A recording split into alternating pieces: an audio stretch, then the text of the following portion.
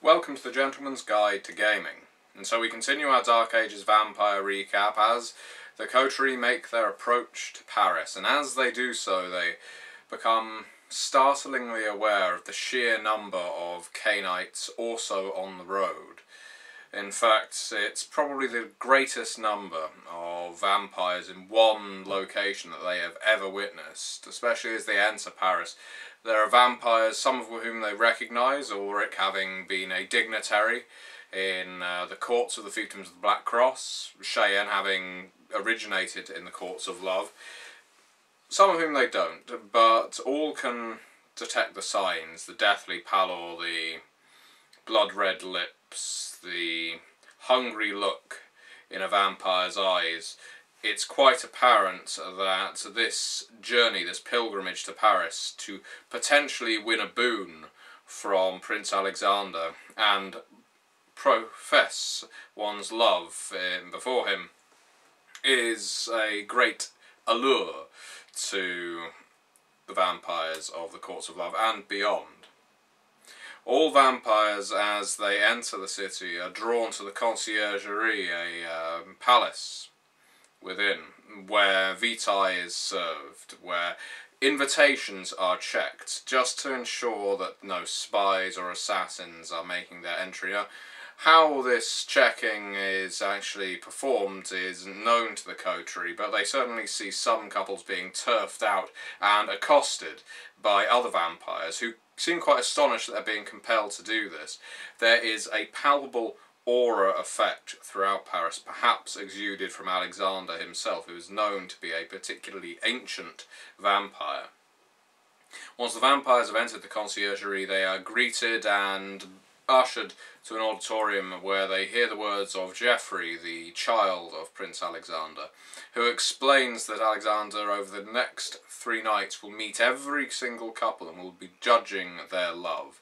He is not a vampire to be crossed, Geoffrey explains. He is among the ancients. He is of the Deva. Now this term does not mean much to the Coterie, but it might mean something to you, the viewer, if you're familiar with Vampire the Masquerade and possibly Vampire the Requiem, and lends itself to the rumour that Alexander is neither Ventru nor Toreador, but something slightly different. Geoffrey explains the rules of Paris that the clergy may not be fed from, that blood in fact should be acquired only from one's own herd, or from blood that is proffered within the conciergerie, of which there is plenty, passed around in chalices, goblets and the like, blood that can fit all tastes, although Ulrich was quite hesitant to actually reveal his feeding preference to anyone. He also explains some of the threats within Paris, that the church is strong here, and also once you have entered Paris you may not cross the Seine. This is not a law as much as a physical restriction. For some reason there is a rule within Paris, a supernatural enforcement, that once you have entered Paris either from the west or east, you cannot cross the running water of the Seine onto the other side, and so there will be a similar entourage met on the other banks of the river. The Seine is a large river that cuts through Paris, in fact all the way to the north coast of France, and in fact could have been a method of travel for the Coterie if they had intended to go to Paris in the first place, which they hadn't, but just worth noting. Additionally, if the bells of Notre Dame, which is currently being built but the bell tower itself has been constructed, begin to toll, that will mean that Alexander has been attacked, and the bells are said to be supernaturally, shall we say, enchanted. At least this is what Geoffrey says. Any that hear the toll of Notre Dame's bells will be racked with pain and driven to an immeasurable frenzy from which they will likely never recover. Alexander has made it clear, through Geoffrey, that if he is attacked, he is taking all of the vampires of Paris down with him. This left some of the assembled vampires, around 50 of them, possibly 60, quite alarmed.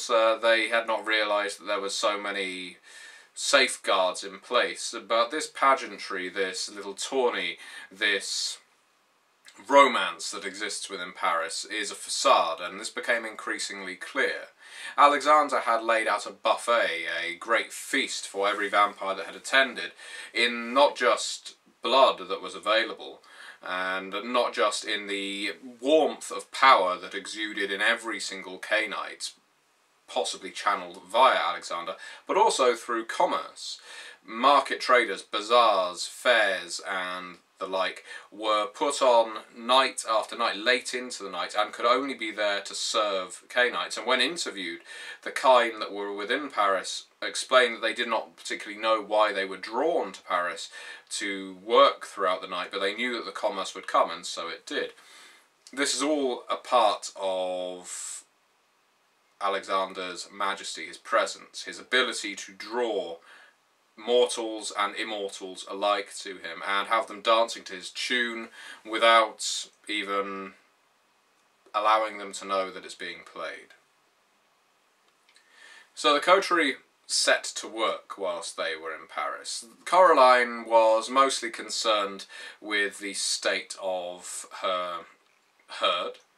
Notably, almost as soon as they had arrived after one day's rest, it had transpired, and again, here's a trigger warning, don't listen for the next minute if you are disturbed by talk of sexual violence, but Gaynotine, Ulrich's new retainer, had taken advantage of Meredith, the new member of Coraline's herd, also a retainer, because in order to make ends meet, she had often sold her body. It was a common measure of making money in the Middle Ages for women, and indeed later. And Gaynotine had taken her. He didn't see the need to pay her. They were in each other's company, and so he had raped her.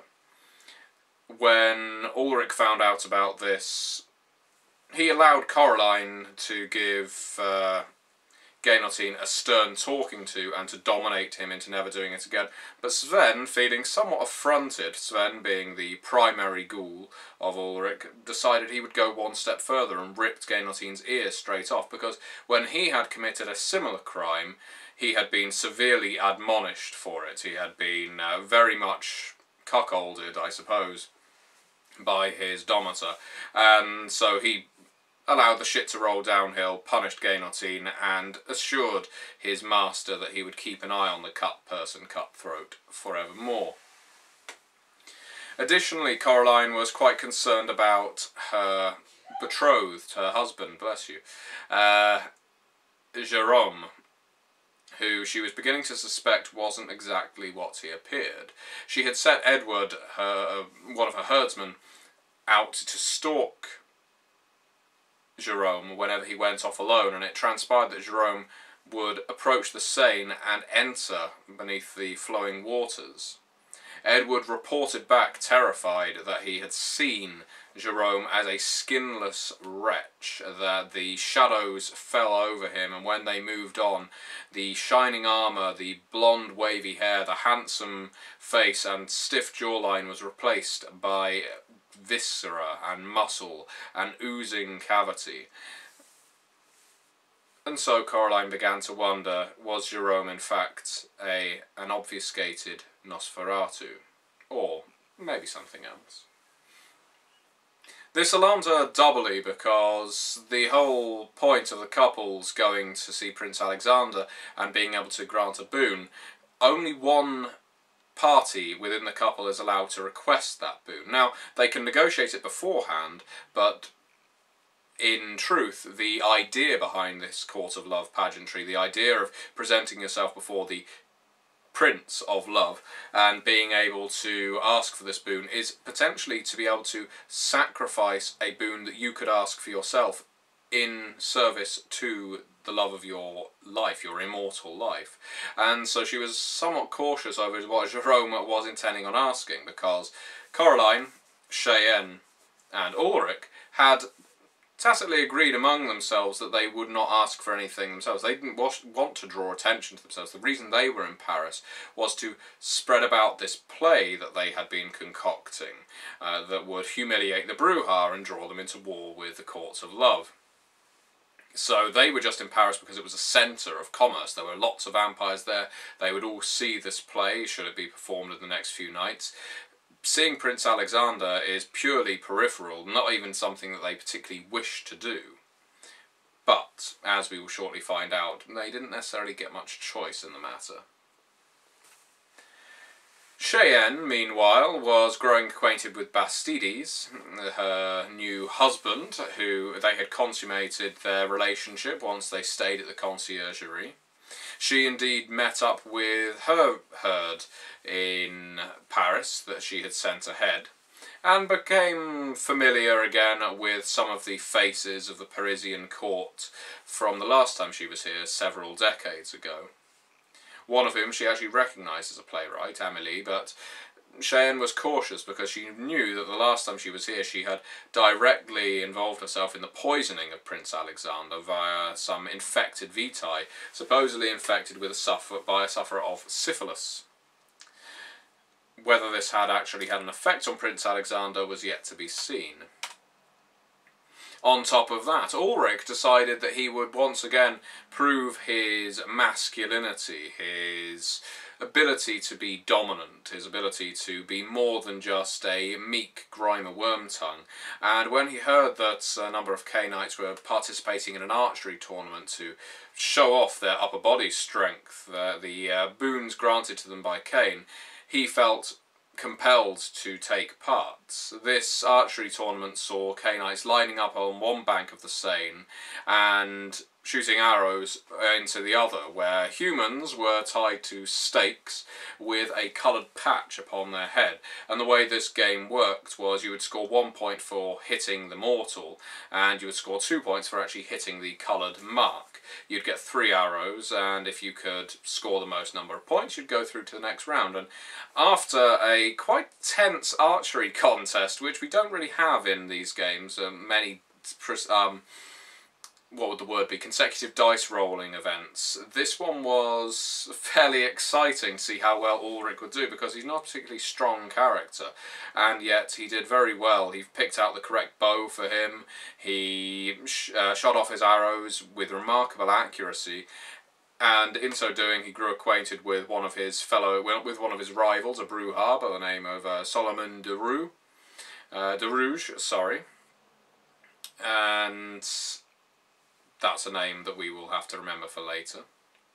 He didn't win, but he did come third, Ulrich, but it allowed for him to be proud of himself. Joint third, in fact, with Solomon.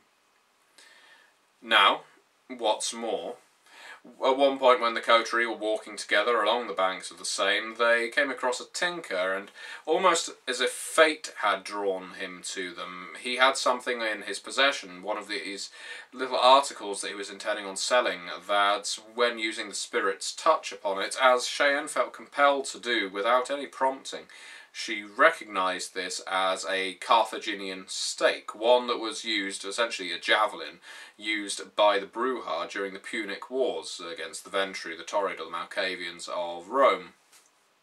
And she could identify the previous owner of this stake, a great Bruja warlord by the name of Eshmunazar, whose whereabouts are these nights unknown. He probably no longer exists. It was over 1,000 years prior.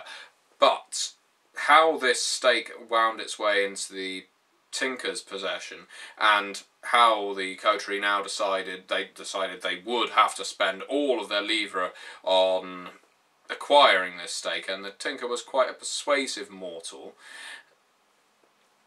Cheyenne was slightly dubious about parting with all of her money, and in fact the tinker wanted all of their weapons as well, but with a little bit of domination they managed to haggle him down. They could have just taken it, and in fact Ulrich was quite prepared to cut his throat, but they went the humane way. They dominated him into a fairer price. They passed him the 10 livres, they took the stake, and off they trotted with what could potentially be quite a powerful weapon come artefact. And so there were various acts and various little forays into the Cainite scene in Paris. Cheyenne passed on the message to Duco, the seneschal of Prince Alexander, that the three-eyed snake is to be consumed by the dragon, as her sire Raoul commanded her to do. This nearly set Duco into a rage. Also, the play was finally written, and its 3 acts. Its first act was very much a comedy act, portraying Ilyes, the primary founder of the Bruja, as a bumbling old fool, often tripping over his own phallus. And when introduced to the young and handsome, strapping Troil, he commanded Troil to fillet him, and with this massive phallus.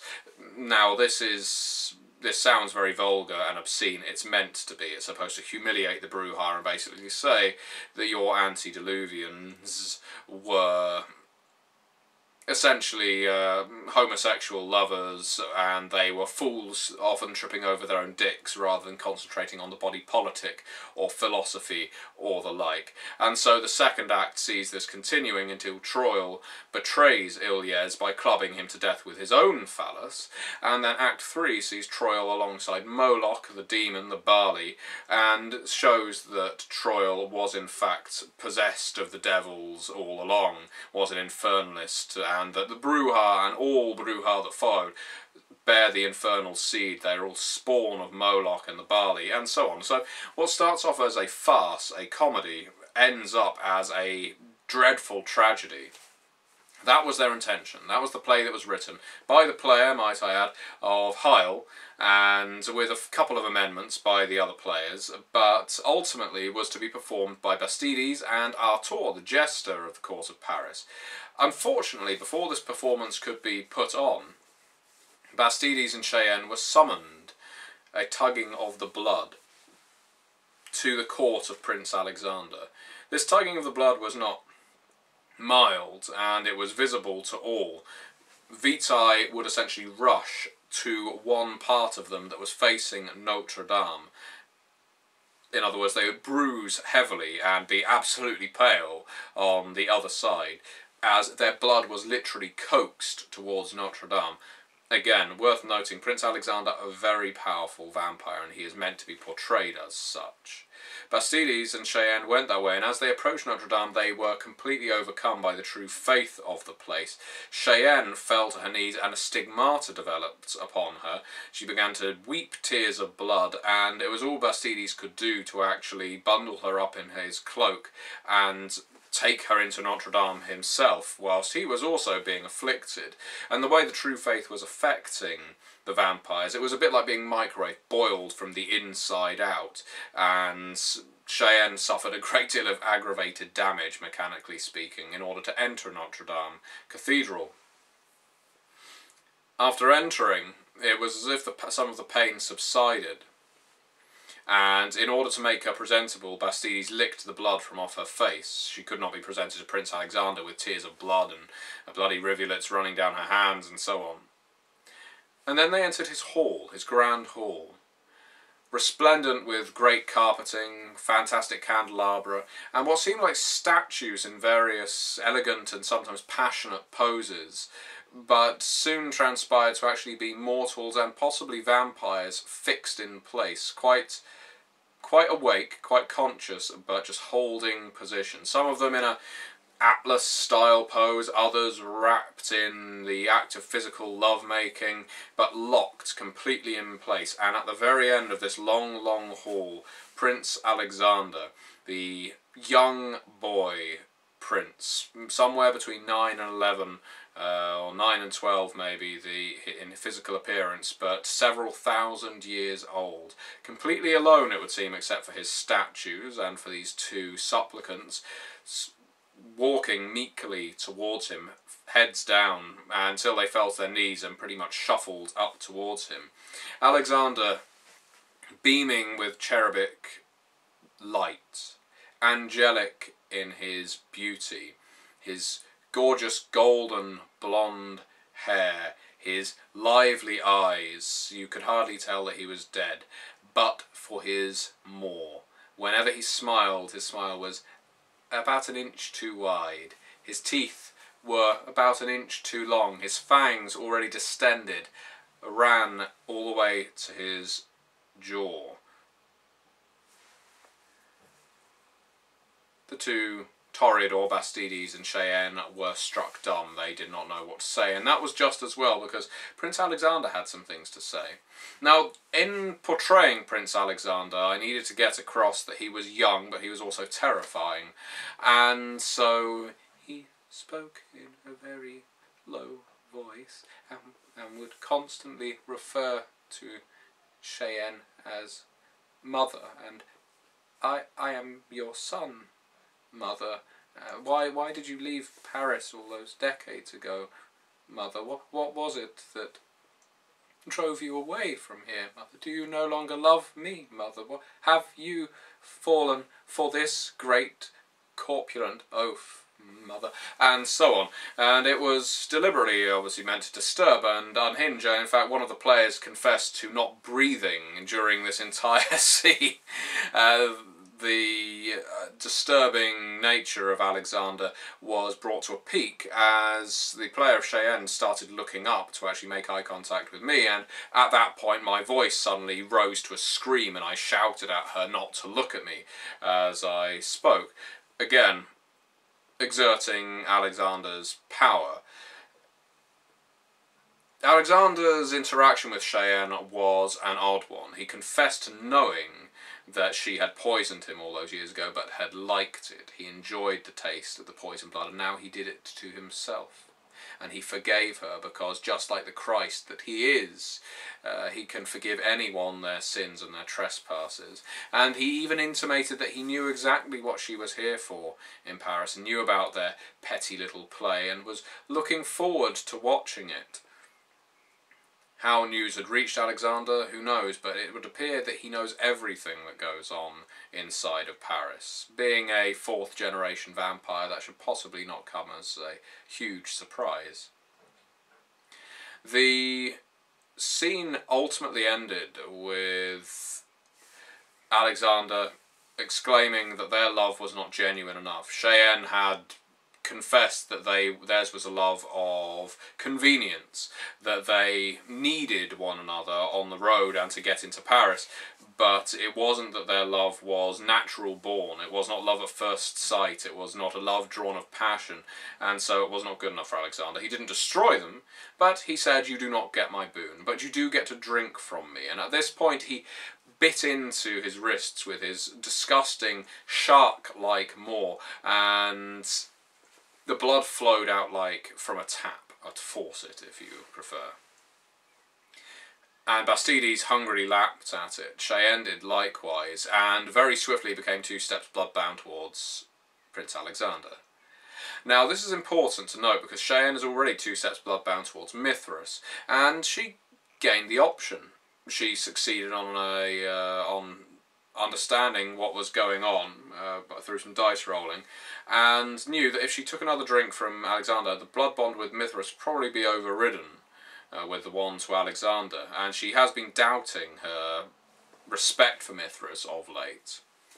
But she knew that if both Alexander and Mithras were vying for her, while she may be sometimes confused and driven to do things not in her own best interest, as Mithras and Alexander essentially vied for her body, if not her soul, she may eventually be able to break it if she found the appropriate vampire who knew a little more about blood magic, shall we say.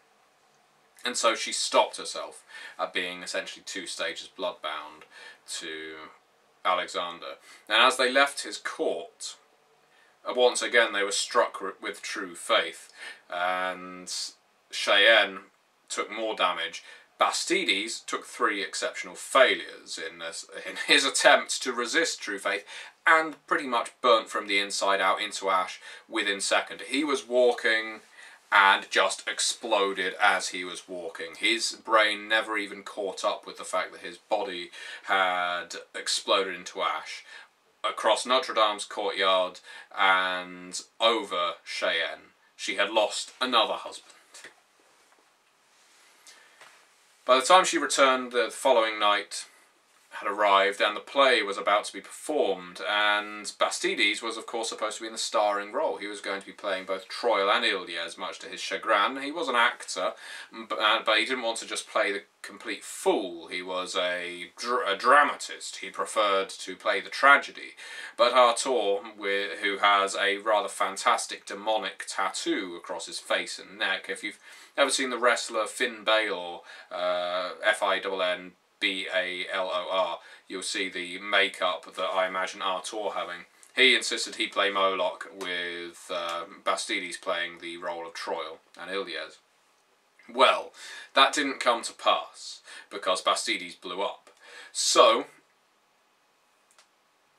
Ulrich sent Sven out to acquire some masks for him so that he could play the role incognito. Also, the Coterie decided that they would credit the play to Bastides. Now that he was dead, there was no one who could disagree, as his brother as well, with his recently embraced wife. Well, Louis killed his recently embraced wife and decided to depart Paris. Apparently he had done what he'd come for.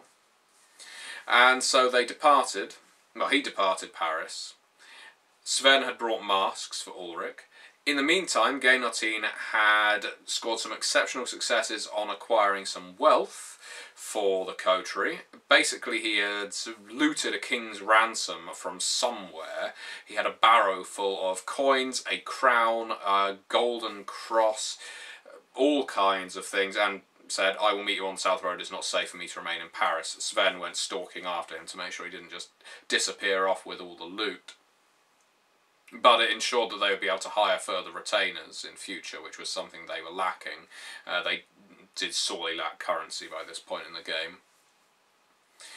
Additionally, Geoffrey had met up with Cheyenne just before the play took place, and communicated to her, after being quite friendly to her, this child of Prince Alexander, and commiserating that Prince Alexander had been perhaps a little too terrifying, and yet magnificent. He passed on a message to her.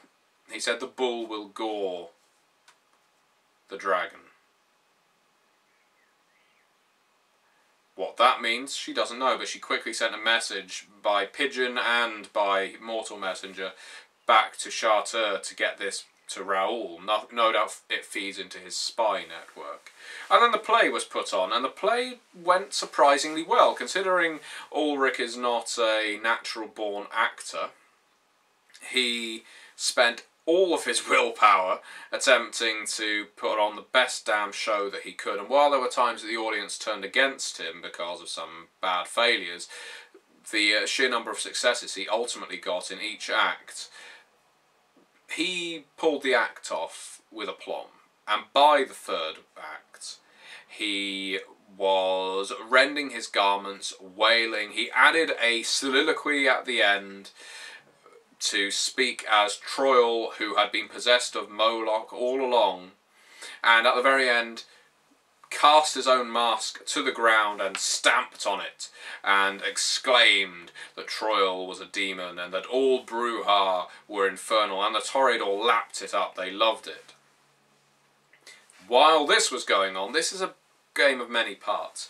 Coraline and Jerome had been watching the play take place, and just before this, Ozanne had decided that she would not go and see Prince Alexander with Ulrich, because they knew that their love was more of a manufactured deal, and while her clan had set her to this task to get Prince Alexander's side to side with the Settites in the coming crusade against the Assamites, there were some things that just weren't worth risking destruction for.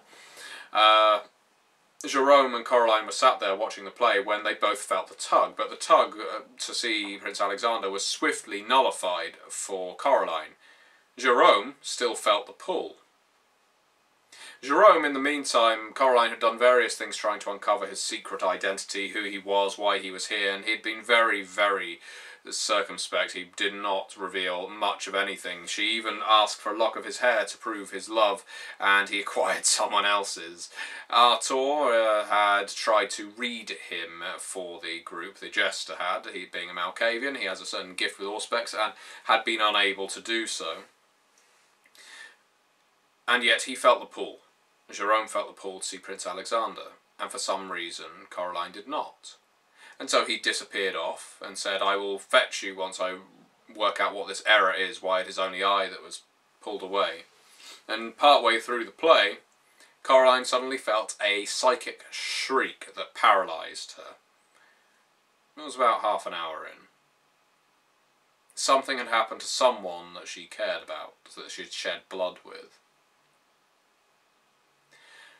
It's worth noting that just prior to all of this taking place, Arthur had read the entire Coterie. He does it for fun, because he's a jester, he likes to wind people up and get them thinking, but he is also something of a prophet.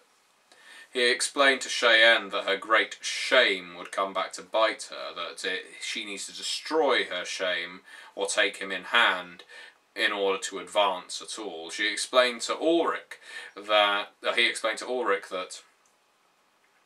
to return to his master, a beaten dog, would result in his destruction, that he needed to find his own path and start becoming his own lord. And Arthur explained to Coraline that her path very shortly ends, unless she makes a dramatic change. Again, all very oblique statements. But as the play wrapped up to rounds of applause, Ulrich was a quivering heap with absolutely zero willpower, and Coraline was a paralysed wreck, not knowing what was going on. Geoffrey approached the Coterie and said, you need to get out of Paris now.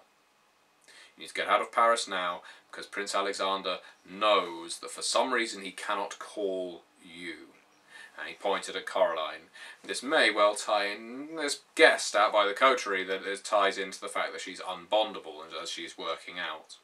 And so there was a swift chase from Paris as the Coterie made a beeline out alongside Ozanne at speed, and we indulged in a bit of William Tell Overture and Yakety Sax.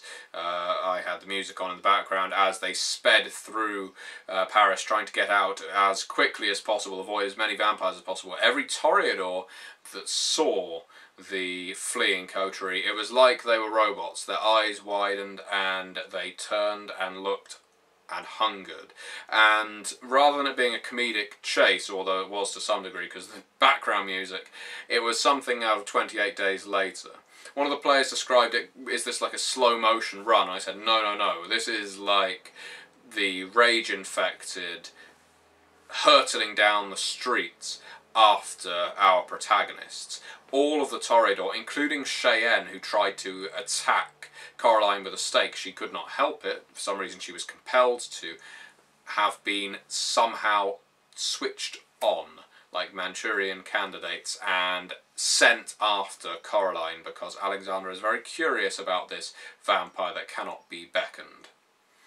The chase was quite dramatic, shall we say, and at one point I was fairly certain Coraline was going to die. I was fairly certain earlier on in the session that Cheyenne was going to meet her final death in the court of Alexander. But Ulrich, nobly, despite having no willpower at all, succeeded on a brawl. That is very difficult for him. He has 1 point in brawl, he has 1 point in strength. But he managed to tackle 2 Toreador to the ground just as they were jumping on Coraline. And despite Coraline having no celerity and these Toreador zipping around at great speed, she was able to get out of the city with the rest of her coterie following. Cheyenne had actually ran on ahead. She had to use her celerity while she still had any wherewithal at all to basically burn her way out before she attacked her companion further. And the session ended, the most recent session ended, with the coterie gathering outside of the city on the South Road with their barrow full of loot, with Gaynotine, with Sven, who's been sent back in to pick up Coraline's herd and Cheyenne's herd, and the Toreador of Paris, like the werewolves of Bishop's Lynn, prowling around the border, just glaring at the coterie, but not treading any further outside of the city gates. So that is where we are. The Coterie have now performed their play. They performed their play before a greater audience than they could have possibly ever done. They've credited it to a destroyed Toreador. They have performed it, but Ulrich will not be performing it again, I assume. It is now the sort of thing that will be performed in Toreador circles and increasingly humiliate the Bruja, at least that's the intention. And in the meantime, they will be heading south towards Brujah territory to explain that this play is being performed and is so humiliating the Brujah, hopefully inciting war. Somehow Prince Alexander seems to know about this and not care. Maybe he thinks it's beneath him. It would seem Geoffrey is somehow in league with not only Duco, the seneschal, but also Raoul, Cheyenne's sire. It would also seem that Arthur knows a little bit about these characters' futures. And perhaps we'll see some old characters as he referred to some in his prophecies. So, that's Dark Ages Vampire, brought up to speed, finally. And thank you very much for your patience. Thank you very much for watching.